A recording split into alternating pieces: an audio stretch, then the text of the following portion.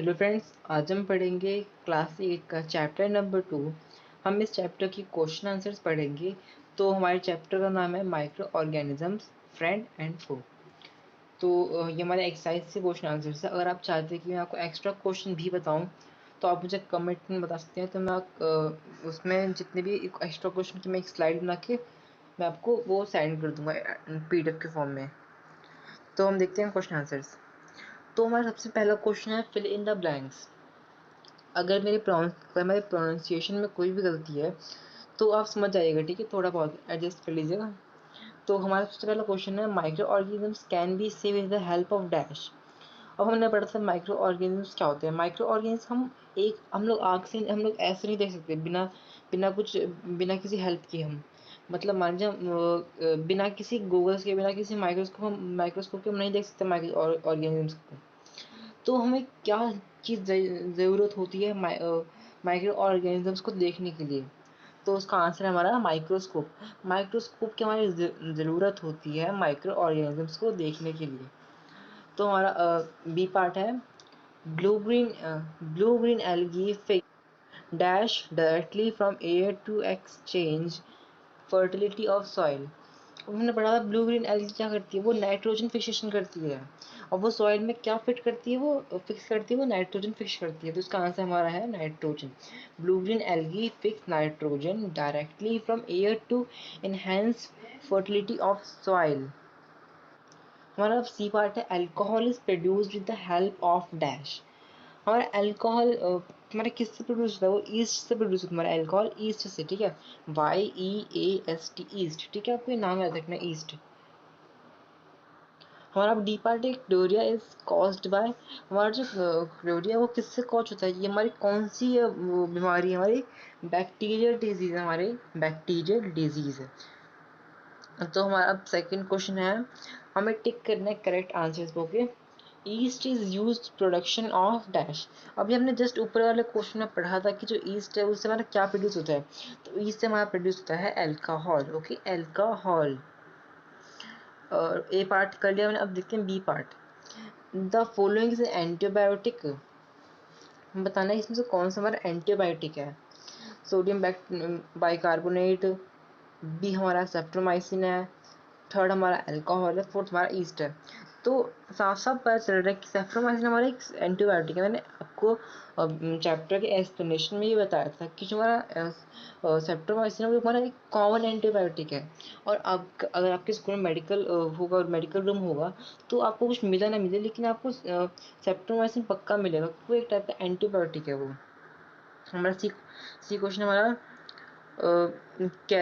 Carries of malaria causing protozoa is. अब हमारे जो carries of malaria causing protozoa is, तो उसका हमारा आंसर क्या होगा। हमारा सबसे पहला पार्ट है हमारा कैरीज का। ये पहला पार्ट में दिया गया है female Anopheles mosquito, cockroach, house fly and butterfly. तो हम देखते हैं।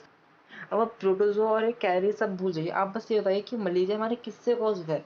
यस, मलेरिया हमारा कॉज होता है फीमेल एनोफिलस मॉस्किटो से होता है हमारा कॉज, ठीक है। हमारा डी पार्ट है the most common carries of communicable diseases. First हमारा आंट, सेकेंड हमारा हाउस फ्लाई, थर्ड हमारा ड्रैगन फ्लाई, फोर्थ हमारा स्पाइडर। तो अगर आपको अभी घर में स्पाइडर हो या ना हो, या फिर ड्रैगन फ्लाई हो ना हो, या आंट हो ना हो, किस हमेशा ना हाउस फ्लाई होता है ना, कॉमन कैरीज है। मतलब हमारा कॉमन वो है, मतलब यहाँ की गंदगी वहाँ पे लाता है ये। मैंने आपको वीडियो में बताया वैसा कि कैसे कैसे काम करता है ये। तो इसका आंसर हमारा हाउस फ्लाई है, मक्खी। हमारा ई पार्ट है the bread of idli does rise because of. हमारा जो वो इडली हमारी स्पॉन्जी क्यों बनती है और वो सब फूल क्यों जाता है, क्यों। फर्स्ट पार्ट हमारा हीट की वजह से, सेकंड पार्ट हमारा ग्रिड की वजह से, फोर्थ पार्ट हमारा ग्रोथ ऑफ ईस्ट सेल्स, और फोर्थ पार्ट हमारा नीडिंग। तो हमारा इसका आंसर है थर्ड पार्ट। ईस्ट की वजह से कोई चीज़ फूलती है, ठीक है, याद रखना। Growth of yeast cell, okay. हमारा एफ पार्ट है the process of conversion of sugar into alcohol is called. मैंने आपको बताया था ना कि आपको दो दो वर्ड याद रखने हैं, तीन वर्ड याद रखने हैं आपको। Sugar into alcohol fermentation, sugar into alcohol fermentation, sugar into alcohol called fermentation. तो इसका आंसर भी हमारा होगा फर्मेंटेशन, थर्ड। ठीक है, तो हमने ये इसका आंसर है सारे। अगर आपको देखना आंसर तो आप देख सकते हैं, मैंने जितने आंसर बताया आपको सबसे सही आंसर है ये वाला हमारा अल्कोहल, फिर सेप्टोमाइसिन, फिर एनाफिलस मॉस्किटो, फिर हाउस फ्लाई, फिर ईस्ट, फिर फर्मेंटेशन। ओके, सेकंड क्वेश्चन कर लिया हमने कवर। अब हम देखते हैं थर्ड क्वेश्चन। तो हमें मैच करना है, तो मैच द फॉलोइंग करना है, ठीक है। तो अब हम देखते हैं जो बैक्टीरिया है, हाँ, कि हमारे इसमें से हमारा कौन सा ऑप्शन उसके सूटेबल है या फिर उसमें एक्ट करेगा। तो ये बैक्टीरिया हमारा कॉजिंग क्लोरिया करता है। हमने ये पढ़ा था ना यहाँ पे अभी जस्ट, ये फर्स्ट क्वेश्चन हमने पढ़ा था कि जो बैक्टीरिया है वो क्या कर, ये देखिए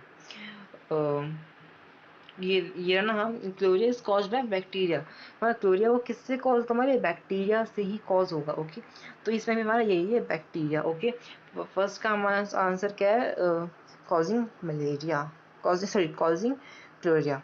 हमारा सेकंड है राइजोबियम। राइजोबियम हमारा क्या करता है, फिक्सिंग नाइट्रोजन करता है, setting of curd, baking of bread. तो हम देखते हैं इसका आंसर क्या है। इसका आंसर हमारा फिक्शन नाइट्रोजन, ये हमारा नाइट्रोजन फिक्शन करता है। हमने पढ़ा था ये अब हमने देख लिया कि जो हमारा राइजोबियम वो हमारा नाइट्रोजन फिक्शन करता है।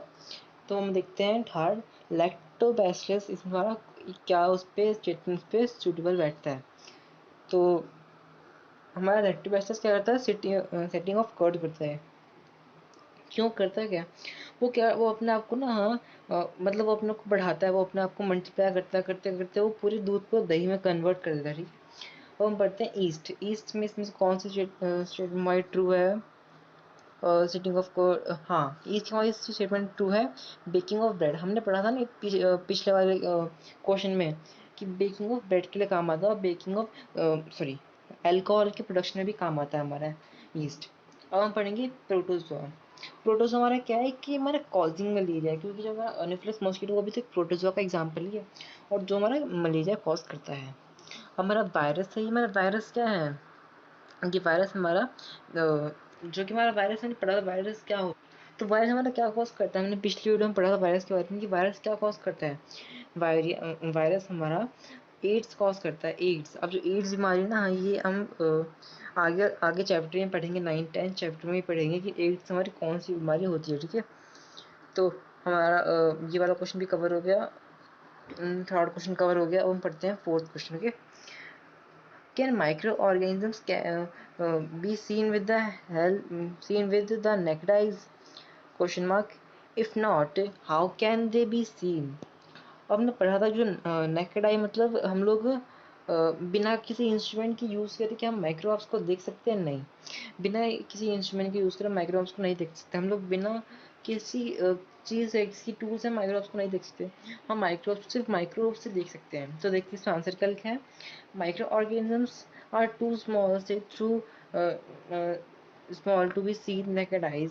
और माइक्रोब्स बहुत छोटे छोटे होते हैं, इसलिए हम इसे नेकेड आइज से नहीं देख सकते।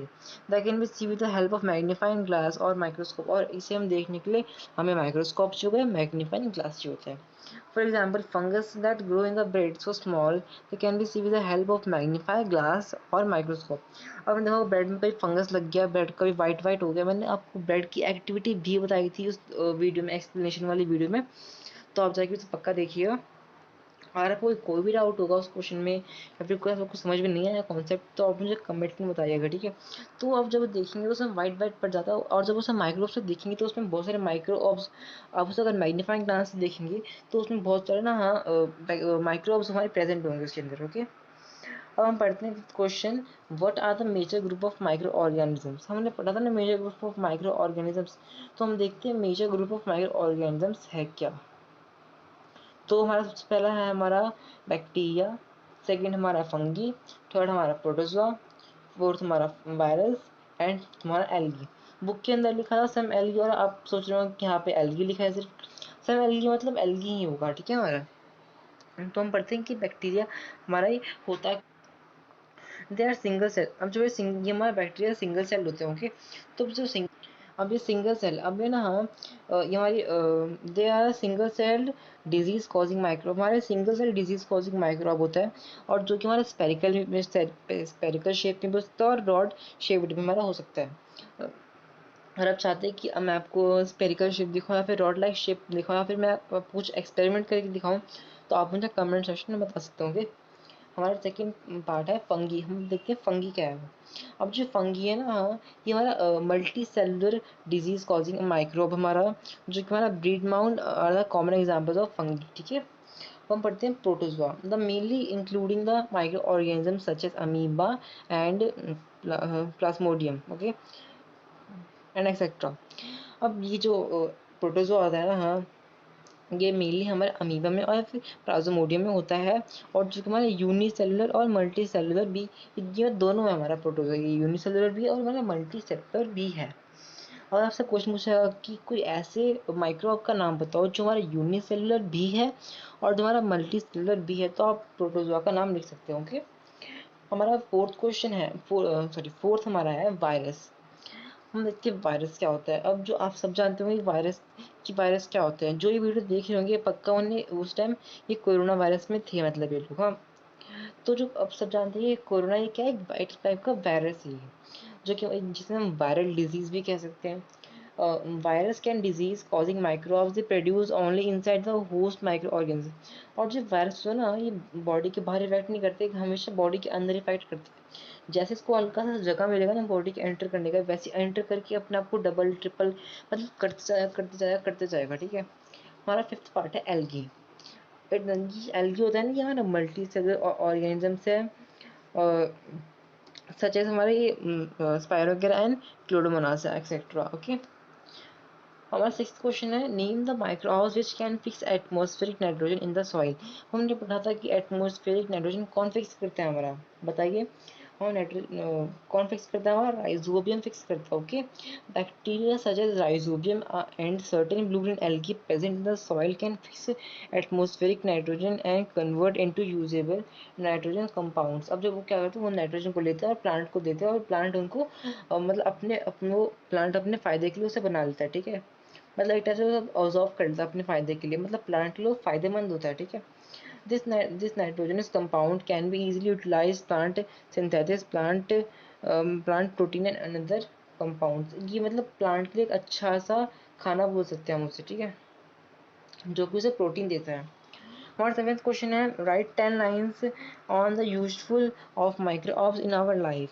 हमें 10 लाइन्स लिखनी है useful microbes in our life. तो हमें 10 यूजफुल माइक्रोब्स के मतलब बताना है कि हमारे उनकी लाइफ में हमारा क्या यूजफुल होना हमारा उन लोगों का। तो microorganisms are too small be see through naked eyes. अब हम देखते हैं कि इसमें हमारे इम्पोर्टेंस क्या है। ओके, देखिए नेकेड आई क्या होता है। नेकेड आई मतलब बिना किसी इंस्ट्रूमेंट यूज़ करें हम किसी चीज़ को देखेंगे, तो जैसे हम लोग मान लीजिए हम लोग देखते हैं, हम लोग माइक्रोब्स को, हम लोग माइक्रो ऑर्गेनिज्म को किसकी हेल्प से देखते हैं, हम माइक्रोस्कोप की हेल्प से देखते हैं। ठीक है, तो जैसे मैं इंपॉर्टेंस बताने इसके, ठीक है, माइक्रोब्स के 10 इंपॉर्टेंस, तो मैं आपको बता रहा हूँ 10 इंपॉर्टेंस। सबसे बड़ा इंपॉर्टेंस है, they are use making baking pickles and food making process. अब माइक्रो हमारे फूड मेकिंग प्रोसेस में यूज होता है, जैसे हमारे बेकिंग हो गया, पिकलिंग हो गया, और हमारा और भी होते हैं हमारे। और alcoholic fermentation by yeast is widely used in preparation of. जो हमारा माइक्रो हमारा अल्कोहल में भी काम आता है, इसमें फर्मेंटेशन के लिए काम आता है। By yeast preparation of bread के लिए भी काम आता है, हमारा वाइन के भी काम आता है। अब bacterium lactobacillus promotes the formation of curd. हमारे लैक्टोबैसिलस हमारा कर्ड के काम में भी आता है। ये हमारा थर्ड पॉइंट है। ठीक है, ये देखिए हमारा फर्स्ट पॉइंट ये है, ये हमारा सेकंड पॉइंट ये रहा पूरा, और जो यहाँ से ना, ये यहाँ से ये पूरा हमारा ये थर्ड पॉइंट स्टार्ट हो गए। हम पढ़ते हैं fourth point, microbes are used to produce pollution. For example, decomposers such as bacteria and fungi break down dead bodies and extract from inorganic compounds such as extract by plants. अब microbes खाते भी इन सब चीज़ों को। हमने पढ़ा था ना कि चैप्टर फर्स्ट में जो फ्रेंडली माइक्रोब्स होते हैं वो चीज़ों को खाते हैं, उसमें से गैसेज भी निकलती है वो, तो हमारा वो पॉल्यूशन भी करते हैं हमारा माइक्रोब्स हमारे। They are use to increase the soil fertility. हमारे सॉइल फर्टिलिटी में भी काम आते हैं, ये हमारे एटमॉस्फेरिक नाइट्रोजन में भी काम आते हैं, जो कि हमारा राइजोबियम करता है। And some blue green algae भी हमारा एल्गी काम करता है। Okay, microbes also play an important role in the preparation of medicine. हाँ, हमने पढ़ा था ना कि एंटीबायोटिक में माइक्रोब्स का यूज़ होता है, तो हमारे माइक्रोब्स हमारे मेडिसिन में भी यूज़ होता है। आप सोच रहे हो कि जो हमारे माइक्रोब्स हमारे वो बीमारी भी दे सकता है, हमारे वो हमारी तबीयत ठीक भी कर सकता है, हमारी हालत ठीक भी कर सकता है। तो ये एक फैक्ट है इस टाइप का। ओके, तो हमारा दूसरा पॉइंट ये दूसरा पॉइंट ठीक है हमारा। Antibiotics are chemical produced by microorganisms to kill bacteria. Streptomycin for example antibiotic, ये जो मैंने आपको बताया ना माइक्रो एंटीबायोटिक में होता है हमारा, वही लिखा है। और हमारा एंटीबायोटिक एग्जाम्पल क्या है? Streptomycin. Okay, certain microbes are also used to in biological treatment to sewage and industrial influence. हमारा इंडस्ट्रियल में भी यूज होता है, हमारा बायोलॉजिकल में भी यूज होता है, ठीक है, माइक्रोब्स का। तो हमारा 7th क्वेश्चन खत्म। हम देखते हैं 8th क्वेश्चन। हमें right a short paragraph on a human cause by microbes. में ह्यूमन कॉज माइक्रोब्स में एक शॉर्ट पैराग्राफ लिखना है। तो मैं आपको दिखाता हूँ human effect of microbes. Okay, micro organisms cause disease in animals.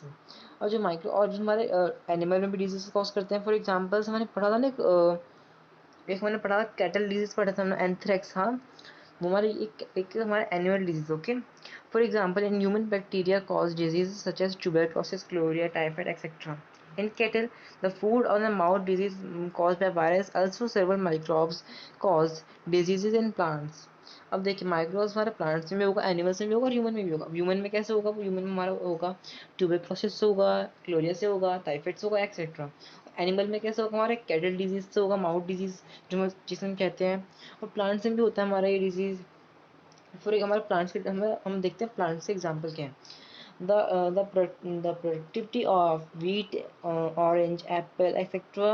It is reduced due of the microbial diseases in plants. Certain microbes on entering in our body produce toxic substances, these leading food poisoning. Some microbes such as fungi spoil and food our food. अब देखिए इसमें in short मतलब लिखा है कि हमारे microbes हमारे लिए हमारे फायदेमंद भी होते हैं, नुकसानदायक भी होते हैं। तो जो ये ना आंसर आपको लिखना पड़ेगा, जिसमें समझाने लायक कुछ है ही नहीं ऐसा। ओके, तो इसमें इन शॉर्ट ये बताया गया कि माइक्रोब्स हमारे एनिमल्स, ह्यूमन, सभी लिविंग ऑर्गेनिजम्स में होते हैं, अलग अलग टाइप से होते हैं।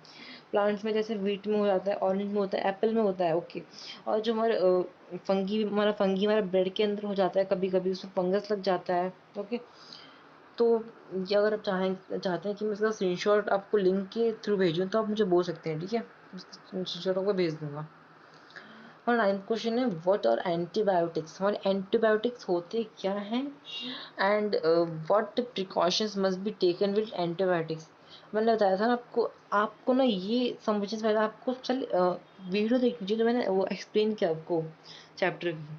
अगर आपने देख देखा है तो आपको बिल्कुल अच्छे से समझ आ रहा होगा। अब मैं समझ रहा हूँ अब तक, ठीक है। Antibiotic medicines produced by the certain microbes to kill other disease microorganisms. अब एंटीबायोटिक हमारे बनने क्यों होते हैं? क्यों हार्मफुल माइक्रोब्स को मार सके। और जो मेडिसिन होते हैं ना कॉमनली ये हमारे ऑब्टेन कहाँ किससे कर जाते हैं? बैक्टीरिया से एंड फंगी से ऑब्टेन किए जाते हैं। इसके हमारे एग्जाम्पल एंटीबायोटिक के streptomycin, tetramycin and penicillin are the common antibiotics, ठीक है। अब इसके प्रिकॉशंस क्या है? अब ये तो है नहीं कि हमने फालतू में ले लिया, एंटीबायोटिक हमारे लिए घातक भी हो सकता है। मैंने आपको बताया था उस एक्सप्लेनेशन वाली वीडियो में कि एंटीबायोटिक लेने से हमारे लिए बहुत वो हमारे लिए बॉडी में खतरा हो सकता है, ठीक है। हमें एंटीबायोटिक्स इसके प्रिकॉशन पर लेना चाहिए, ठीक है।